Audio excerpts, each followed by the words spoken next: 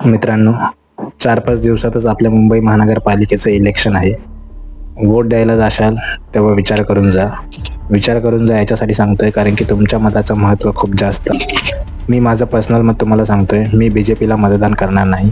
त्याच्यामागचं कारण असं आहे, 2014च्या इलेक्शन आधी BJPने काही मुद्दे लोकांसमोर मांडले होते.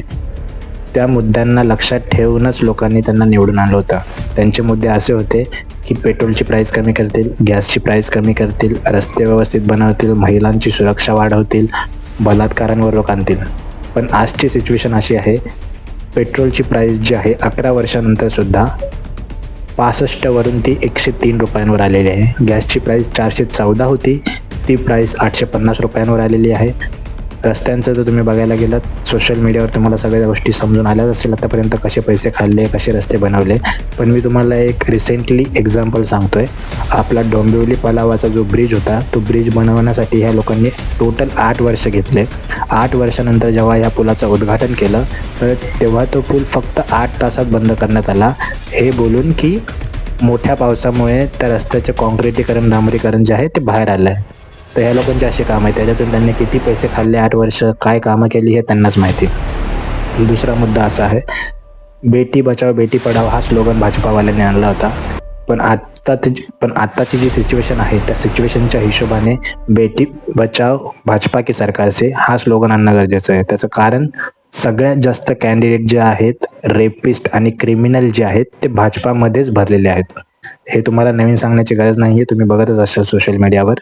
तिसरी गोष्ट, भाजपा सरकार जे हिंदुत्व असण्याची बोंबाबोंब करतायत आणि त्याला बघून आत्ताचे जे यंग जनरेशन आहे, जेन झी, ते लोक खूप साऱ्या गोष्टी त्यांच्या मनावर घेत आहेत. त्यांनी ह्या गोष्टीला लक्षात ठेवावे की आत्ताच ओमन आणि आपल्या भारताचं एक हलाल सर्टिफिकेशन पास झालेलं आहे. त्याच्या आपल्या इंडियावाले ज्या गाईला माता म्हणतात, ज्या गाईला आई म्हणतात, त्याच आईचे मांस किंवा त्याच गाईचे मांस एक्सपोर्ट करण्यात येणार आहेत. आणि या एक्सपोर्टमध्ये आपला इंडिया आता सध्या 2nd नंबरला चालला आहे, जो काँग्रेसच्या सरकारमध्ये 9 नंबरला होता. त्याच्यामुळे तुम्ही विचार करा, RSS वाल्यांनी फक्त त्यांच्या पार्किंगसाठी जे आहे एक हिंदू मंदिर तोडलं गेलं.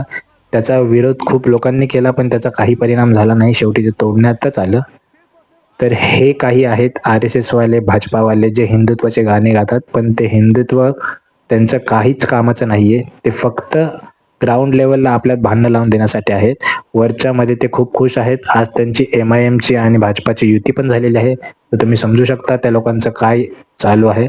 ही व्हिडिओ मी याच्यासाठी बनवत नाही की मी काँग्रेसचा खास आहे किंवा मला शिवसेनेकडून काही भेटतंय. ही व्हिडिओ मी याच्यासाठी बनवतोय की BJPने जे कामं केले, त्या कामातून लोकांना काही फायदा होत नाहीये, उलट लोकांचं नुकसान होत आहे. उद्या जर हेच कामं काँग्रेसने केले किंवा शिवसेनेने केले, तर आपण त्यांच्या विरुद्धही असेच बोलू. आपल्याला बोलण्याचा अधिकार आहे. आपण आपली गोष्ट मांडू शकतो.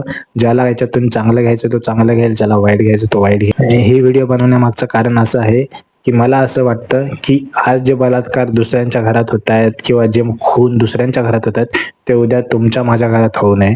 त्याच्यामुळे आपण यांना बढावा देणं गरजेचं नाहीये, आपण यांना अडवणं गरजेचं आहे. यांना अडवण्यासाठी आपण सरकार जे आहे ते बदलणं गरजेचं आहे. कारण की सरकारमध्ये जास्त दिवस असल्याने या लोकांना सत्तेचा माज येतो आणि आज तेच झालेलं आहे. त्याच्यामुळे बदल होणं खूप गरजेचं आहे. जर उद्या काँग्रेसने कामं चांगले नाही केले, तर आपण काँग्रेसच्या विरुद्धही असेच बोलू. जर शिवसेनेने चांगलं कामं केले नाही, तर आपण शिवसेनेच्या विरुद्धही असेच बोलू.